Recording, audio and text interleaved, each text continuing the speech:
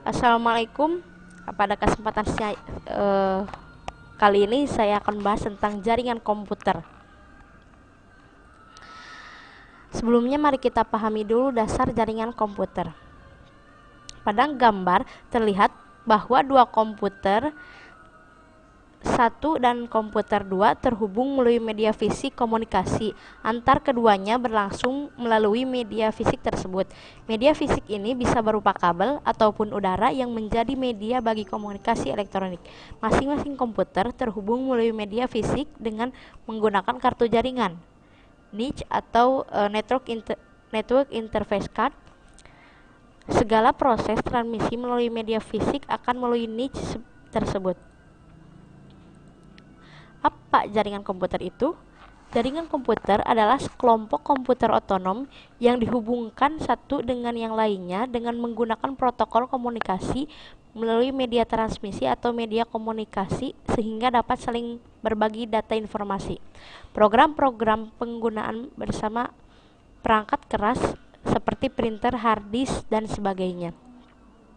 Prinsip dasar dalam sistem jaringan ini adalah proses pengiriman data ataupun informasi dari pengirim ke pengirim melalui satu media komunikasi tertentu, di mana tujuan dibangunnya suatu jaringan komputer adalah untuk membawa data informasi dari sisi pengirim menuju penerima secara cepat dan tepat, tanpa adanya kesalahan melalui media transmisi atau media komunikasi tertentu. Jenis-jenis jaringan komputer. Yang pertama adalah LAN, Local Area Network. Yang kedua adalah MAN, Metropolitan Area Network. Yang ketiga adalah WAN, Wide Area Network. Yang pertama kita bahas dulu LAN.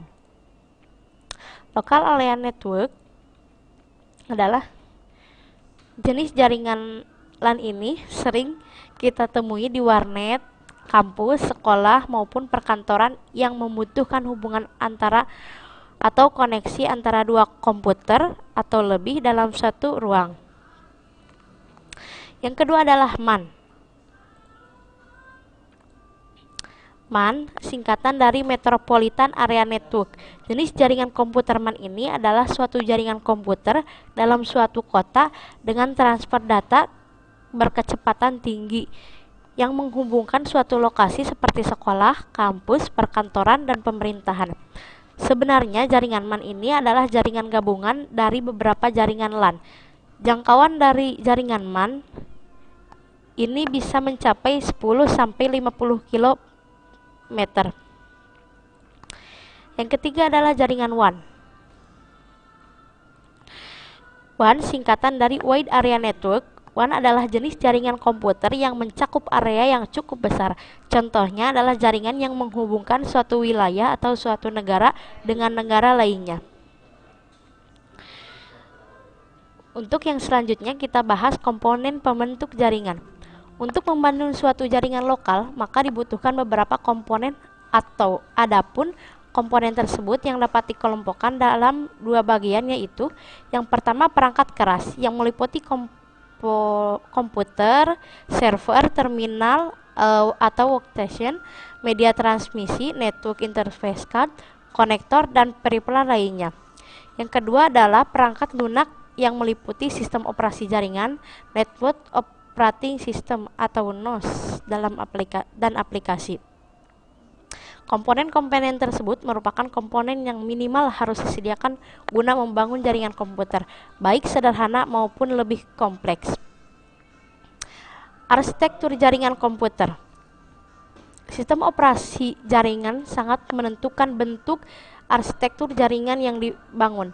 Ada 3 macam arsitektur jaringan, yaitu peer-to-peer, file server, dan client server. Yang pertama peer-to-peer, file server, client server. Kita bahas dulu peer-to-peer. Peer-to-peer pada bentuk koneksi peer-to-peer, setiap terminal memiliki peran dan perangkat yang sama. Jaringan lokal dengan koneksi peer-to-peer ini dibentuk dengan cara menghubungkan setiap terminal secara langsung, sehingga masing-masing terminal dapat berbagi data, aplikasi, dan peripheral lainnya. Pada koneksivitas ini, semua terminal dapat bertindak sebagai workstation atau server. Yang kedua adalah file server. File pada file pada sistem file server terdapat terminal khusus yang disebut sebagai server yang memiliki kapasitas hard disk yang sangat besar. Server tersebut akan bertindak sebagai tempat penyimpanan file bersama. Namun tidak lagi pelayanan komputasi. Arsitektur file server ini dapat dikembangkan lebih lanjut dan lebih lengkap sehingga dapat menjadi bentuk client server yang lebih utuh, di mana server dapat memberikan layanan lebih lengkap tidak hanya berupa file. Yang ketiga adalah client server. Arsitektur jaringan client server merupakan pengembangan dari arsitektur file server. Arsitektur ini adalah mode koneksivitas pada jaringan mengenal adanya server dan klien di mana masing-masing memiliki fungsi berbeda satu sama lain. Prinsip kerja sangat sederhana, di mana server akan menunggu permintaan dari klien, memproses dan memberikan hasilnya kepada klien. Sedangkan klien akan mengirimkan permintaan ke server, menunggu proses dan melihat visualisasi hasil prosesnya. Yang selanjutnya mari kita pahami tentang topologi jaringan.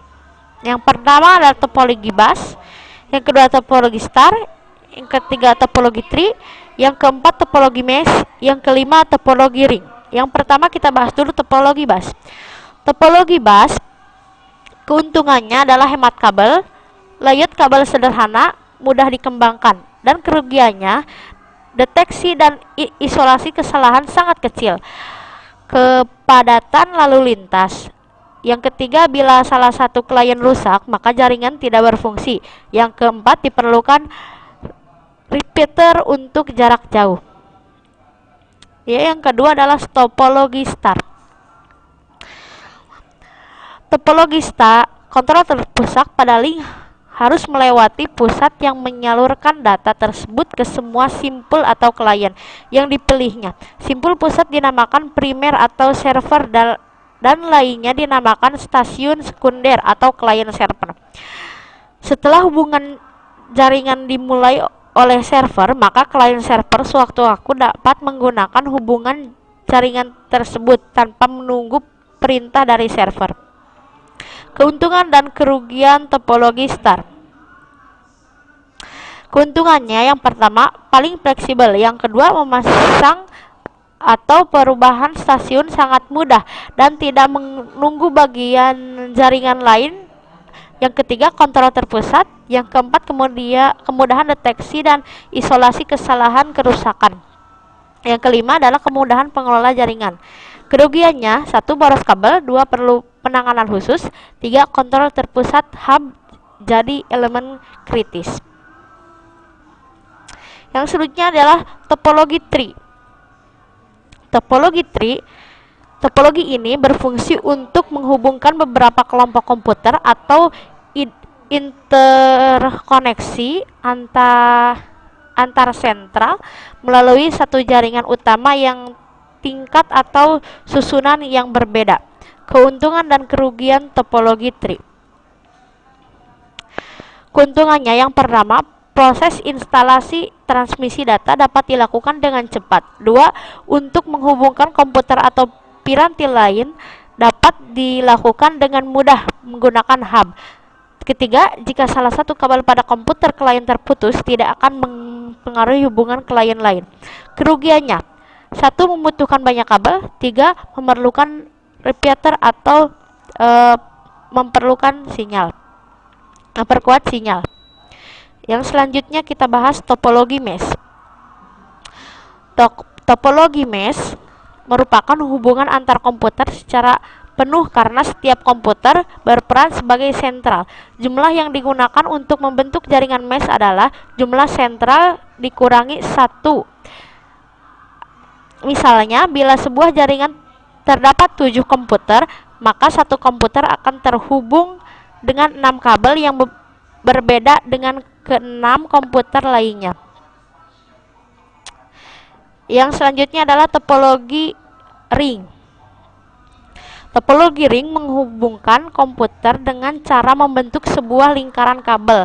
Sinyal berjalan mengelilingi lingkaran dengan satu arah dan sinyal tersebut dilewati melalui masing-masing komputer.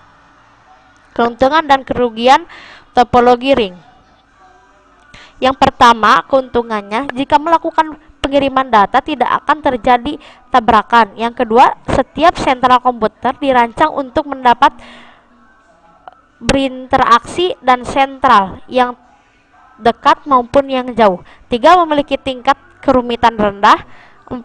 Jika ada gangguan atau kerusakan pada satu sentral komputer, maka aliran lalu lintas dapat dilewatkan pada arah lain dari sistem. Kerugiannya, setiap node dalam jaringan akan selalu ikut serta mengelola informasi yang dilewatkan melalui jaringan, sehingga bila terdapat gangguan di satu node maka seluruh jaringan akan terganggu. Yang kedua, pembangunan jaringan lebih kaku. Yang ketiga, peka terhadap kesalahan. Ya, itu dia topologi jaringan. Selanjutnya kita bahas konsep TCP/IP. Pengertian TCP/IP adalah protokol komunikasi untuk komunikasi antar komputer di internet. TCP/IP singkatan dari Transmission Control Protocol atau Internet Protocol.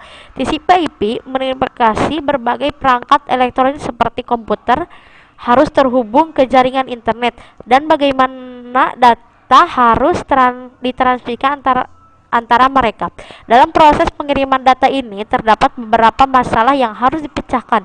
Pertama, data harus dapat dikirimkan ke komputer yang tepat sesuai tujuan dan data harus dalam keadaan utuh tanpa kerusakan.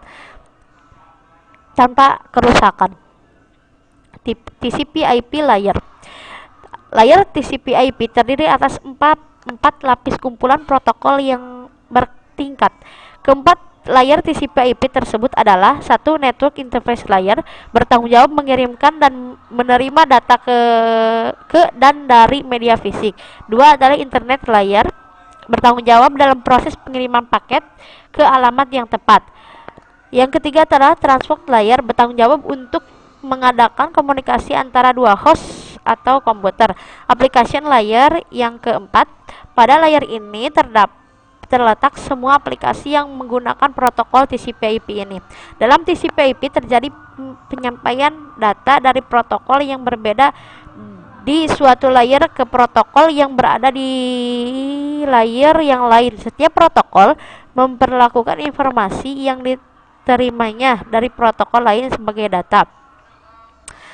Yang selanjutnya kita coba mengenali IP address. IP address adalah sebuah alamat host yang terhubung dalam jaringan internet. Bisa juga dalam jaringan lokal area network. IP address adalah ada dua macam, yaitu IP versi 4 dan IP versi 6. IP versi 4 yang terdiri dari 32 bit dan bisa menampung lebih dari 4 juta sekian host di seluruh dunia. Contohnya yaitu jika host di seluruh dunia melebihi angka 4 juta lebih, maka dibutuhkan IP versi 6. Kelas IP address. Kelas yang pertama adalah kelas A. Pada kelas A ada 8 bit. Pertama adalah network ID dan 24 bit selanjutnya adalah host ID. Kelas A memiliki network ID dari 0 sampai 127. Kelas B 16 bit pertama adalah network ID dan 16 bit selanjutnya adalah host ID. Kelas B memiliki network ID dari 128 sampai 191. Yang selanjutnya adalah kelas C. Pada kelas C, 24 bit pertama adalah network ID dan 8 bit selanjutnya adalah host ID. Kelas C memiliki network ID dari 192 sampai 223.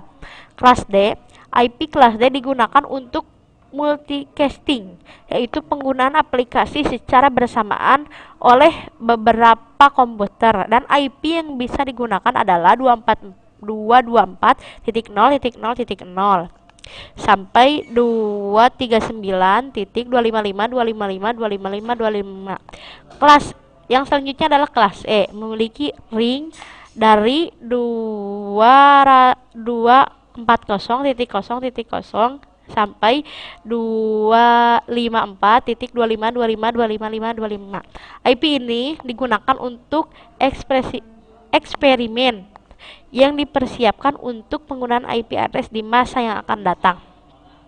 Ya, mungkin sekian dari saya penjelasan tentang jaringan. Mohon maaf atas semua kesalahan, mudah-mudahan bermanfaat.